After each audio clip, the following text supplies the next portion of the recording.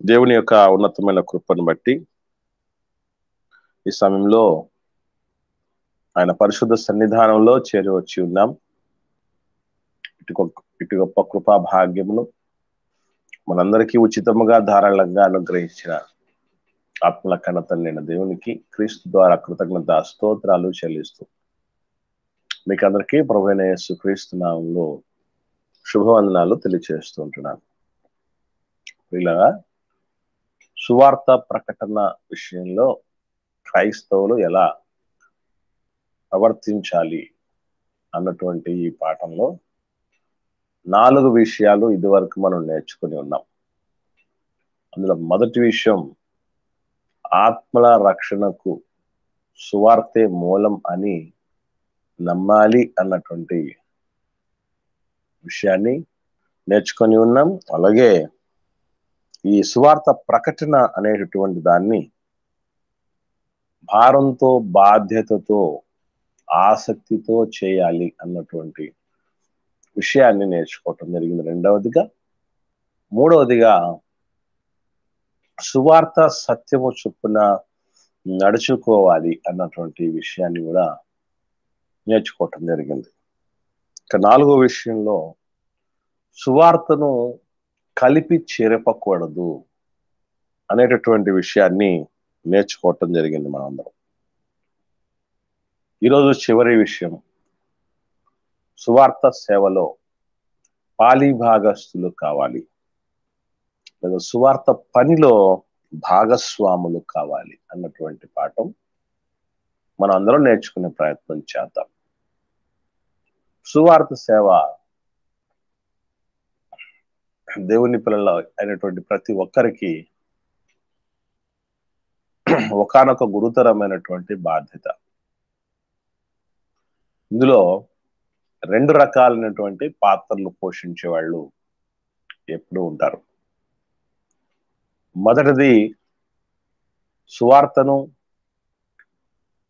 అనేకులకు ప్రత్యక్షంగా అందించే మాలాంటి సేవకులు, బోధకులు, స్వార్థికులు, కాపరులు, అధ్యక్షులు ఇత్యాది పేర్లతో పిలువబడినటువంటి అనేకులు వీళ్ళని ప్రత్యక్షంగా డైరెక్ట్ ఫీల్డ్ లో వర్క్ చేస్తున్నటువంటి వాళ్ళు అని అంటారు.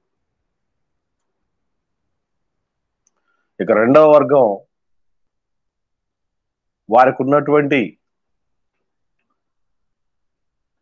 బిజీని బట్టో లేకపోతే వారికి ఉన్నటువంటి పరిమితులను బట్టో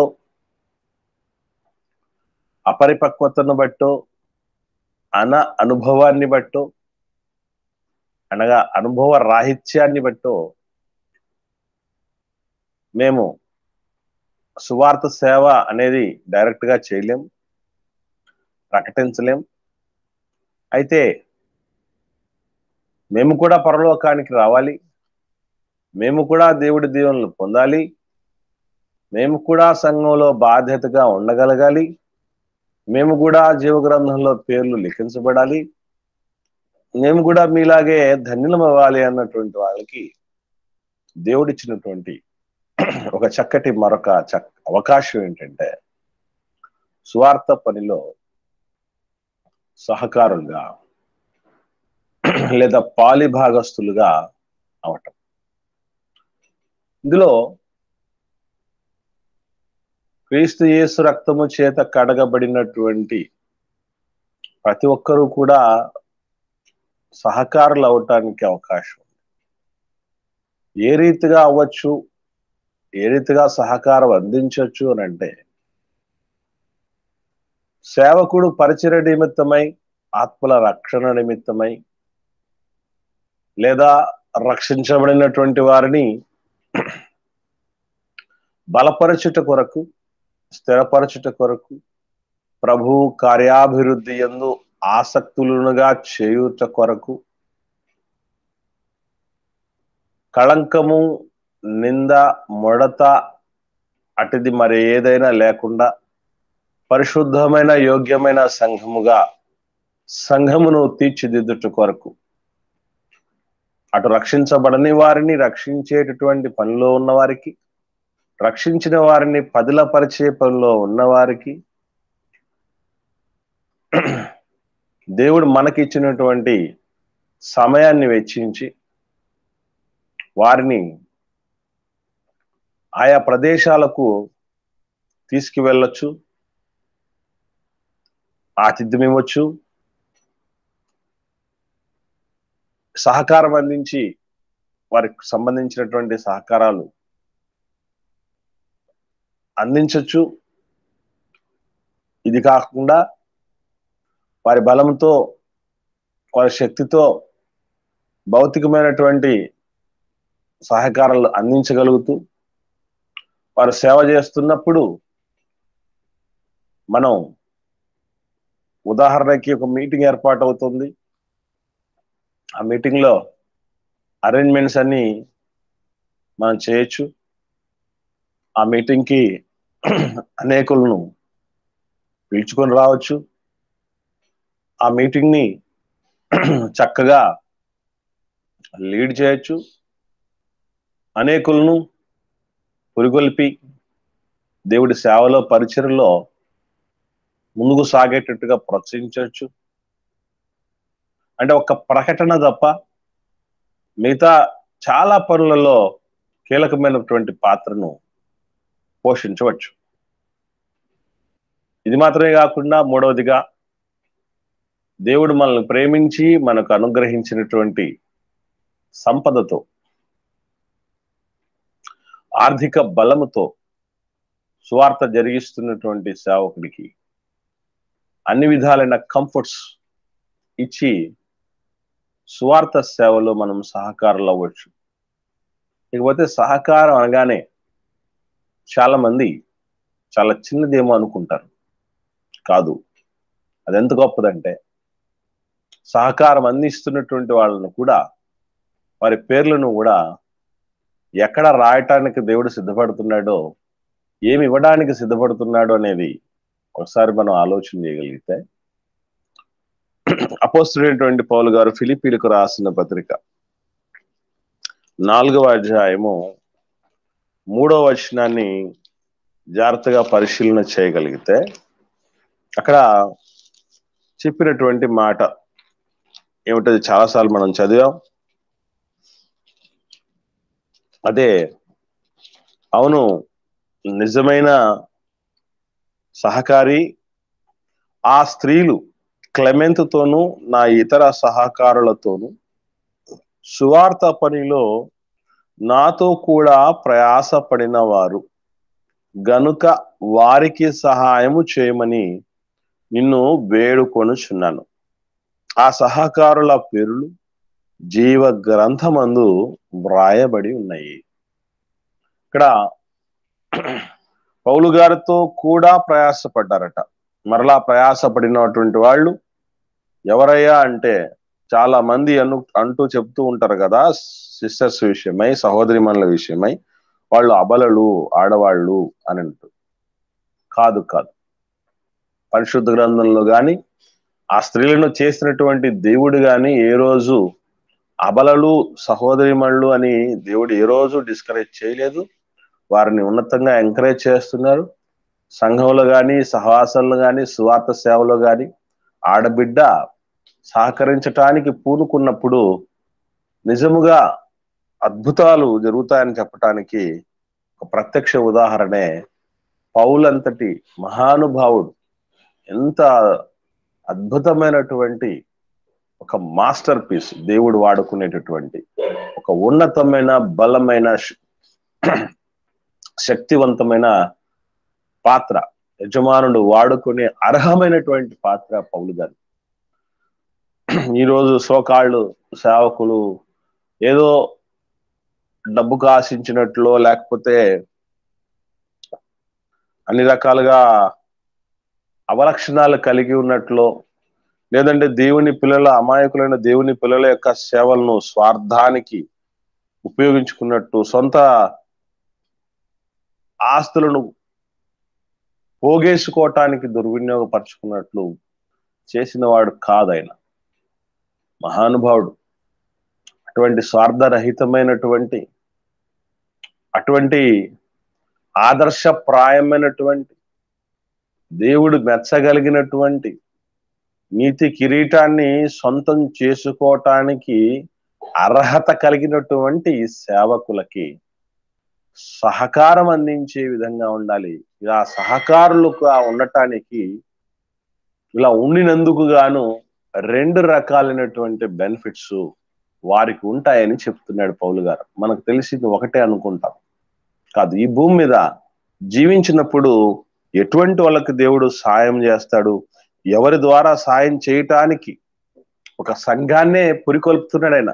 వాళ్ళకి సాయం చేయండి. ఇదిగో ఫిలిప్పీ సంఘమా, మీరు సాయపడండి వాళ్ళకి. ఎందుకు అని అంటే వాళ్ళు సాధారణమైన వ్యక్తులు కాదు, లోకంలో కలిసిపోయే వాళ్ళు కాదు. వారు దేవుణ్ణి మెప్పించేవాళ్ళు, దేవుడికి నచ్చేవాళ్ళు, దేవుడిని సంతోషపెట్టేవాళ్ళు, బాధ్యత కలిగిన వాళ్ళు, భారం కలిగినటువంటి వాళ్ళు, ప్రేమ కలిగినటువంటి వాళ్ళు, గురి కలిగినటువంటి వాళ్ళు, శ్రేష్ఠులైనటువంటి వాళ్ళు, సంఘ క్షేమాభివృద్ధిలో కీలకమైన పాత్ర పోషించేటటువంటి వాళ్ళు. కాబట్టి వాళ్ళకి ఏం చేయాలంటే సహకారం చేయి, సహాయం చేయి. ప్రయాస పడిన వారికి దేవుడిచ్చేటటువంటి ఒక అద్భుతమైనటువంటి సపోర్ట్ ఏంటయ్యా అంటే దేవుని పిల్లల ద్వారా సపోర్ట్, సహాయం అనేది దేవుడు అందజేస్తాడు. అది ఎప్పుడు నమ్మగలగాలి మనం. ఎందుకనంటే ఆయన నమ్మినటువంటి వాళ్ళని సిగ్గుపడనీయనట్టు ఆయన. ఈ నిరీక్షణ నిన్ను సిగ్గుపరచనీయదు అంటాడు. అంటే సిగ్గుపడని పరిస్థితుల్లో తల ఎత్తుకునేటటువంటి రీతిగా చేస్తాడు. అయితే మనం సహకారం అందిస్తే ఎట్లా ఉండాలంటే అది నోటబుల్ సహకారమై ఉండాలి, అది దేవుడు స్వీకరించి అంగీకరించగలిగిన సహకారమై ఉండాలి, సేవకుడు గుర్తించగలిగిన సహకారమై ఉండాలి. అలాంటి స్థితిలో ఉండగలగాలి సహకారం. యేసుక్రీస్తు ప్రభుల వారు పేద విధవరాలు వేసినటువంటి దానిని దృష్టించి చెప్పగలిగాడు. కారణం ఏంటి అంటే మిగతా వాళ్ళందరూ తమకున్నటువంటి సమృద్ధిలో కానుక వేస్తే ఆమె జీవనాన్ని కూడా లెక్క చేయకుండా ఇచ్చేసి రేపు నా సంగతి ఏంటని ఆలోచన చేయలేదు. అది ప్రభువుకు నచ్చింది. ఏంటి పిచ్చి ప్రేమ అని, ఏంటి సమర్పణ, నోటబుల్ సమర్పణ. ఒక తిమోతి గారి జీవితాన్నే పణంగా పెట్టాడు సేవలో. అకులా ప్రిస్కిల్లా దంపతులు ఉన్నారు. వారు తమ ప్రాణాలని పౌలు గారి ప్రాణానికి అడ్డేసేశారు. ఆయన ఎక్కడికి వెళ్తే అక్కడికి వెళ్ళిపోయి ఆయనకు ఒక తండ్రి, ఆత్మీయ తండ్రి అన్నటువంటి రీతిలో ఆయనకు కావలసినటువంటి కంఫర్ట్స్ అన్ని కూడా సేవలో అందించి ఒక భరోసాను, ఒక ధైర్యాన్ని వాళ్ళు ఇవ్వటం జరిగింది. అంటే సహకారం ఒక నోటబుల్ గా ఉండగలగాలి, ఒక రిమార్కబుల్, ఒక చక్కగా నిలిచిపోయేటటువంటి రీతిగా ఉండగలగాలి. ఏదో ఉన్నామంటే ఉన్నాం, చేశామంటే చేశాం అన్నటువంటి రీతిగా ఉండకూడదు అన్నమాట. పౌలు గారికి జీవితంలో ఆయన సేవా పరిచర్యలో 2 ఖండాలలో చేశాడు, సుదీర్ఘమైనటువంటి పరిచర్య చేశాడు. అటువంటి వ్యక్తి ఎంతో మందిని కలుస్తుంటాడు, ఎంతో మంది తన జీవితంలో తారసపడి ఉంటాడు. కానీ కొందరిని ఎందుకు చెప్తున్నాడంటే అంతగా గుర్తుంచుకునే రీతిగా వారు సహకారం అందించారన్నమాట సేవలో. అందుకొరకే వారిని ఇక్కడ ఆయన నోట్ చేస్తున్నాడు, ప్రస్తావిస్తున్నాడు అనేటువంటి విషయం మనం మర్చిపోకూడదు. అంత మాత్రమే కాకుండా 14వ వచనం నుండి కూడా ఫిలిప్పీలకు రాసిన పత్రికలో 4వ అధ్యాయము 14వ వచనం నుండి కూడా చూడగలిగితే పిల్లరా, ఇక్కడ కూడా మంచి విషయాలు దేవుడు రాయిస్తూ ఉంటున్నాడు. అయినను నా శ్రమలో మీరు పాలు పుచ్చుకొనినది మంచి పని. శ్రమ క్రీస్తు యేసు యొక్క మంచి సైనికుడిగా అనుభవించాడు. ఆయన తప్పిదానికి కాదు ఆయన శ్రమ పడినది, చేసిన పాపాల కోసం కాదు ఆయన శ్రమలు పొందుకున్నది. కేవలం క్రీస్తు యేసుకు సాక్షిగా నిలబడినందుకు ఖైదీగా మారటం జరిగింది, బంధకాలలోనికి వెళ్ళటం జరిగింది, కొరడా దెబ్బలు తినటం జరిగింది, ఆకలి దప్పులకు గురి కావటం జరిగింది, ఎన్నో రీతిలుగా ప్రమాదాల్లో చిక్కుకోవటం జరిగింది, ప్రాణాపాయ పరిస్థితుల్లోనికి వెళ్ళటం జరిగింది. అనేక రీతులుగా ఆయన క్రీస్తు వలె, క్రీస్తు పొందినటువంటి శ్రమలు ఎట్లాగైతే ఉన్నాయో ఆ రీతిగా పిండబడినటువంటి వాడు, ఆ రీతిగా కొట్టబడినటువంటి వాడు, ఆ రీతిగా ప్రాణార్పణముగా పోయబడినటువంటి వాడు పౌలు గారు. అటువంటి సేవ జరిగిస్తున్నటువంటి వాళ్ళు కాస్త ఆలస్యమైనా పర్వాలేదు కానీ అలాంటి వాళ్ళని గుర్తిరిగి పసిగట్టి వారికి మీరు ముందుకు సాగండి. పరిచర్లో సేవలో ముందుకు సాగండి, ఎక్కడా కూడా వెనకంజ వేయకండి. మేమందరం ఉన్నాం అన్న భరోసా ఇవ్వడం వలన ఏమవుతుందంటే ఆ సేవకుడు ఎంతో సంతృప్తిగా, ఎంతో ధైర్యంతో ఇంకా సేవలో ముందుకు సాగటానికి అవకాశం ఉంటుంది. రెండవది ఏంటంటే దేవుడు మనకు ఏ విధమైనటువంటి సాయాన్ని, ఎందుకంటే నీళ్లు పోసేవాడికి నీళ్లు పోయబడును అంటాడు. అలాగే సహకారులుగా ఉన్నటువంటి వాడికి దేవుడే సహాయం అవుతాడు, దేవుడి సంఘమే సాయంగా మారుతుంది. అది మరొకటి. అందుకే చూడండి 14 ఇంకా కిందకి వస్తే, ఫిలిప్పీలారా 15వ వచనంలో, సువార్తను నేను బోధింపనారంభించి మాసిదోనియలో నుండి వచ్చినప్పుడు ఇచ్చు విషయములోను పుచ్చుకొను విషయములోను మీరు తప్ప మరి ఏ సంఘపు వారు నాతో పాలివారు కాలేదని మీకే తెలియను. ఎలైనగా తెసలోనికలో కూడా మీరు మాటి మాటికి నా అవసరము తీర్చుటకు సహాయము చేసిరి. నేను ఈవిని అపేక్షించి ఇలాగో చెప్పుటలేదు గాని మీ లెక్కకు విస్తార ఫలము రావాలనని అపేక్షించి చెప్పుచున్నాను. నాకు సమస్తమును సమృద్ధిగా కలిగి ఉన్నది. మీరు పంపిన వస్తువులు ఎపప్రోదితు వలన పుచ్చుకొని ఏమీ తక్కువ లేకయున్నాను. అవి మనోహరములైన సువాసన, దేవునికి ప్రీతికరమును ఇష్టమునైన యాగమునై ఉన్నవి.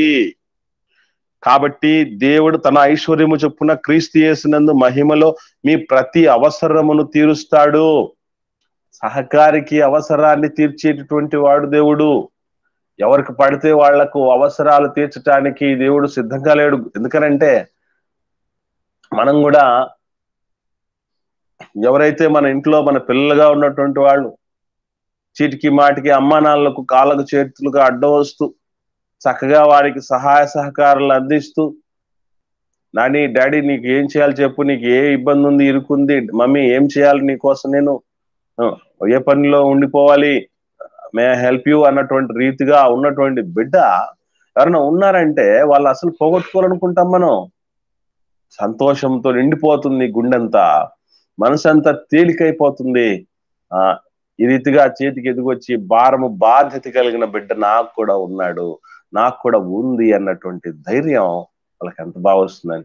అందుకే రేపు అలాంటి బిడ్డలు ఏమైనా ఇబ్బంది పడినా, ఇరుకుడు పడినా, ఏమైనా ప్రతికూలతలో ఉన్నా, లేదంటే అనారోగ్యం పాలైనా కూడా, ఆర్థికంగా కాస్త వెనకబడినటువంటి పరిస్థితి ఉన్నా, అయ్యో ఇట్లాంటి బిడ్డను మనం ఎట్లా పోగొట్టుకుంటాం, జాగ్రత్తగా వీడు సహకారి, అనవసరమైన వాడు కాదు, వీడు పనికిరానుడు కాదు, కాబట్టి ఈ బిడ్డని మనం కాపాడుకుంటే మనకు మేలు, ఇట్లాంటి వాడు ఇంకా ఉండాలి అన్నటువంటి ఆలోచన మనం చేస్తాంగా.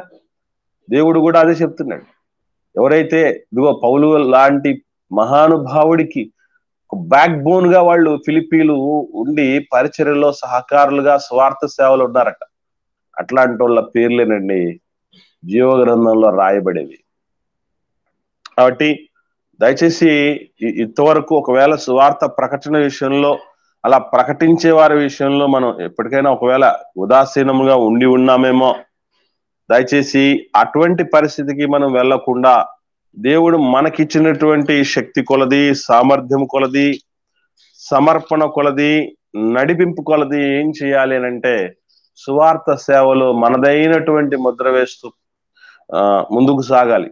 మీకు విషయం తెలుసో తెలీదో, చాలా కాలంగా సంవత్సరాల తరబడి వాళ్ళకి ఆర్థిక పరిస్థితులు ఎట్లా ఉన్నా, వాళ్ళ పరిస్థితి, వాళ్ళకు ఉన్నటువంటి టార్గెట్స్ కుటుంబాల్లో ఏమైనా పెరిగినా కూడా, అవసరాలు పెరిగినా, కొందరు బిడ్డలు ఉన్నారు, వారు టంచనగా నెల నెల సహకారాన్ని అందిస్తూ, అన్నా మేమంటే అలా చేయలేకపోతున్నాం, మీ దేవుడు సేవ చేస్తున్నారు, పరిచయం చేస్తున్నారు, మీరు దీంతో కానిచ్చుకోండి, ముందుకు సాగండి, ఇంకా ఏమైనా ఉంటే చెప్పండి. ఈరోజు చర్చ్ రిపేర్ వర్క్స్ జరుగుతూ ఉంటాయి. ఒక బిడ్డ నిన్న మాట్లాడాలి నాతో, ఏమన్నా తెలుసా, ఇదివరకే చాలా ఇచ్చాడు, ఇంకా ఏమన్నా అవసరం ఉంటే నేను సిద్ధంగా ఉన్నానన్నా, ఏమన్నా ఉంటే చెప్పండి అంటున్నాడు. నిజంగా అట్లాంటి బిడ్డలను చూసినప్పుడు ఎంత సంతోషం అనిపిస్తుందండి. నాకెంత సంతోషం ఉంటే దేవుడికి ఇంకెంత సంతోషం ఉంటుంది. ఆలోచన, ఎవరు ఆ పనులు? మా సొంత పనులా? మా ఆస్తులను కూడగట్టుకునే పనులు అవి? అదే విశ్వాసులుగా సంస్కరింపబడడానికి దేవుడు ఏర్పాటు చేసినటువంటి ఒక చక్కని శిక్షణాలయం కదా అది. దేవుడిని ప్రార్థన చేసుకోవటానికి ప్రార్థన మందిరం కదా అది. దేవాలయాలైనటువంటి పరిశుద్ధులు కూడుకునే స్థలము కదా అది. అటువంటి ఆ సంఘ నిర్మాణాలకు కానీ, రిపేర్స్ లాంటి వాటి కోసం కానీ సేవకుడు అనేక ప్రదేశాలకు పరిచయ నిమిత్తం వెళ్తాడు. దానికి కావలసినటువంటి సిద్ధపాటుకు సంబంధించి కావచ్చు, లేదా ఎన్నో ఎక్విప్మెంట్స్ అవసరం సేవకు పరిచర్యకి. యూట్యూబ్ ఛానల్లో పరిచయలు జరుగుతున్నాయి, ఊరికే జరుగుతున్నాయి అనుకుంటున్నారా? ఆశ్చర్యపోతారు మీరు, నెలకి ఎంత ఖర్చులు జరుగుతున్నాయో చెప్తే. ఎందుకు ఇవన్నీ చేస్తున్నావో తెలుసా? దేవుడు ఎంత ఆశ పెట్టుకొని మనకు ఈ రక్షణ జీవితాన్ని ప్రసాదించాడో మాకు అర్థమైంది. అందుకే అవసరమైన సమయంలో తప్ప ఎప్పుడు మీకు ఇట్లాంటివన్నీ చెప్పం. ఎందుకంటే చెప్పినా కూడా కొందరు అపార్థం చేసుకుంటారు.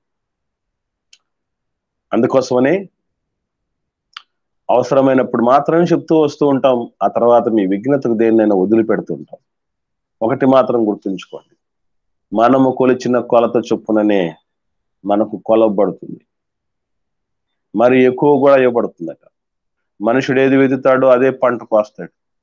ఈరోజు ప్రత్యక్షంగా సమర్పణ కలిగిన ముందున్నావా? ఇంత సమర్పణ కలిగినటువంటి వాడిని దేవుడు ఇట్లా వదిలిపెడతాడు? ఈ రోజు దేవుడి గురించి ఆలోచన చేయని, దేవుడు అంటే లేవుడు ఎక్కడ ఉన్నాడు రా, లేవుడు అనేటువంటి నాస్తికులను ప్రాణభిక్షతో కాపాడుతున్నాడు మహానుభావుడు. హేతువాదులు ఎట్లున్నాడో చెప్పండి రా అని ప్రశ్నలు అడిగేటువంటి, కారణాలు అడిగేటటువంటి వారిని పోషిస్తూ ఉన్నాడు. నామకార్థంగా అంటి ముట్టనట్టు, పట్టి పట్టనట్టు బతుకుతున్న వాళ్ళని కూడా దేవుడు పోషిస్తున్నాడు. అలాంటిది నీవేనయ్యా దిక్కు అన్నటువంటి వాళ్ళని ముంచేస్తాడు ఆయన. అట్లాగే సహకారంలో రిమార్కబుల్ గా ఇదిగో ఒకనాడు ఆ క్లెమెంత్ స్త్రీలలాగా, ఫిలిప్పీ సంఘం కలిగినటువంటి వాళ్ళలాగా మనము ముందుకు సాగితే దేవుడు ఎట్లా వదిలేస్తాడు చెప్పండి, ఆలోచన చేయండి. కాబట్టి జాగ్రత్త పడదాం మనం. స్వార్థ సేవలో సమిధులు కావటానికి ఇది ప్రత్యక్షంగా ముందుకు సాగుతావా, లేకపోతే సహకారంలో ఉంటావా? లేదంటే ఏముందిలేండి వచ్చి విని నేను వెళ్ళిపోతా. సహకారం అనగానే మీకు ఒకవేళ మీకు స్తోమత లేదు, ఆర్థిక స్తోమత లేదు, డబ్బు ఒక్కటే కాదు సహకారం అంటే. మీరు భారంగా ప్రార్థన చేస్తున్నారా, అది కూడా ఒక సహకారమే. అయ్యా ఇదిగో పలానా దేవుని బిడ్డల్ని కాపాడండి, వారు నిస్వార్థంగా పరిచర్లో సేవలో ఉన్నారు, వారు వాళ్ళ సమాజానికి, లోకానికి, సంఘానికి ఎంతో మేలు కలుగుతుంది నాయన. ఎన్నో విషయాలు మేము తెలుసుకుంటూ ఉంటున్నాం, ఎన్నో సత్యాలు మేము తెలుసుకుంటున్నాం, కుటుంబాలు కట్టుకుంటున్నామయ్యా, ఆ బిడ్డల్ని కాపాడినైనా. మేము చేయటానికి భౌతికంగా ఎటువంటి పరిస్థితులు మాకు లేవు, అవకాశాలు లేవు, మేము ఇంకా మీ సేవలో ముందుకు సాగటానికి సంబంధించి మాకు అటువంటి సామర్థ్యము నీవు నాయన అని ప్రార్థన చేయటం కూడా గొప్ప సంగతి పిల్లలు. ప్రార్థన చేయటం కావచ్చు, భౌతికంగా వచ్చి పరిచర్యలో పాలిభాగస్తులు కావటం కావచ్చు.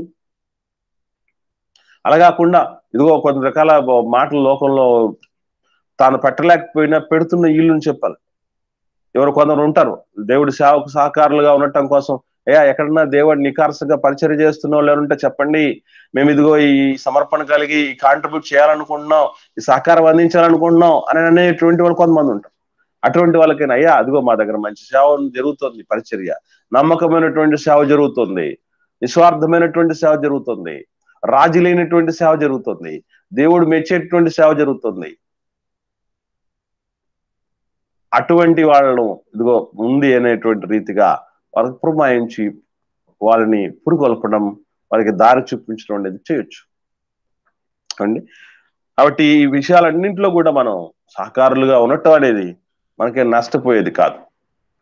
పైపెచ్చు దేవుడు మన యందు ఉండటానికి ఎప్పుడు సిద్ధంగా ఉంటాడు. రేపు నువ్వేం చేసావురా అని అడిగితే చెప్పుకోవడానికి ఉండాలి. ఒకనాడు అబీమెలెకును నిర్మూలన చేయటానికి, గద్దించటానికి దేవుడు వస్తే, ప్రభువా ఇట్టి నీతి గల జనము నుండి నిర్మూలన చేస్తావా అని అడిగితే దేవుడు సైలెంట్ అయిపోయాడు. నిజంగా నీతి గల జనములుగా ఉండగలిగినటువంటి పరిస్థితి ఉంటే దేవుడి దగ్గర ఆయనతో పోరాటం చేసైనా మనం సాధించుకోవడానికి అవకాశం ఉంది. ఏం చేసావని రేపు ఏదన్నా మోకరించి దేవుడు అడుగుతున్నప్పుడు ఎన్నిసార్లు నువ్వు సాయం పొందుతావరా? ఎప్పుడు చూసినా సాయం పొందుకునేటువంటి వాడివేనా? ఇమ్ము లాంటి జలగలాంటి వాడివేనా నువ్వు? ఇంకా వేరే విషయాలు నీవేం ఆలోచన చేయవా? నీకు ఇన్ని ఫెసిలిటీస్ ఇచ్చింది ఎందుకురా? ఫలించటానికి కాదా? కాయటానికి కాదా? అనేకులను నన్ను సంతోషపెట్టడానికి కాదా? లోకాన్ని సంస్కరించటానికి కాదా? నా దగ్గరికి అనేకులు తీసుకురావటానికి కాదని దేవుడు అడిగితే, ఈ నేల ఏల వ్యర్థమైపోవాలని అన్నాడే. నీకు ఇచ్చిన ఆయుష్ వ్యర్థమైపోయింది కదా, నీకు ఇచ్చినటువంటి యవన బలం వ్యర్థమైపోయింది కదా, నీకు ఇచ్చినటువంటి అవకాశాలు, నీకు ఇచ్చిన తలాంతులు, నీకు ఇచ్చిన తెలివితేటలు, నీకు ఇచ్చిన అన్ని రకాలైన సపోర్టు దేనికి వాడావు అని అడిగితే దేవుడి దగ్గర జవాబే ఉంది మనకి. నాకెప్పుడు ఆ భయం ఉంటుంది. నీకు ఇంతమంది బిడ్డల్ని ఇచ్చాను, నీకు ఒక ఉద్యోగాన్ని, ప్రభుత్వ ఉద్యోగాన్ని ఇచ్చాను, సహకరించే భార్యని ఇచ్చాను, చేతికి ఎదిగొచ్చే బిడ్డల్ని అన్ని రకాల ఇచ్చాను, సంఘాలను ఇచ్చాను, సహవాసాలను ఇచ్చాను, సేవకుడిగా ఎదిగిచ్చాను. నువ్వేం చేసి వచ్చావురా అంటే చెప్పుకోవటానికి నా దగ్గరే ఉంది. నేనేం గర్వకారణంగా ఆయన ముందు, ఆయన న్యాయపీఠం ముందు నిలవడానికి నాకు ఏం అర్హత ఉందని ఎప్పుడు నేను ప్రశ్నించుకుంటూ ఉంటాను పిల్లరా. మరి మీకేమాత్రం ఆ ప్రశ్నించుకోవటమో లేకపోతే ఆ విషయమై మీరు స్పృహ కలిగి ఉండటమో ఉన్నారో నాకైతే తెలియదు. కానీ ఒకనాడు దేవుడు అయితే నన్ను అడగడు. ఎందుకంటే నేనేం చెప్పాలో అవన్నీ చెప్తున్నాను. ఏ మాదిరి చూపాలో ఆ మాదిరితో ఉండటానికి నిత్యం ప్రయత్నం చేస్తున్నాను. కాబట్టి నన్ను అడగడు దేవుడు. రేపు అడిగినా కడిగినా మిమ్మల్ని. చూద్దాం యోహాను గారు రాసిన 3వ పత్రికలో 1వ అధ్యాయం ఉంటుంది. అందులో యోహాను గారు రాసిన 3వ పత్రికలో 6 నుంచి 8 వచనాలు చూడగలిగితే, 6 నుంచి 8 వచనాలు. వారు నీ ప్రేమను గూర్చి సంఘము ఎదుట సాక్ష్యం ఇచ్చిరి.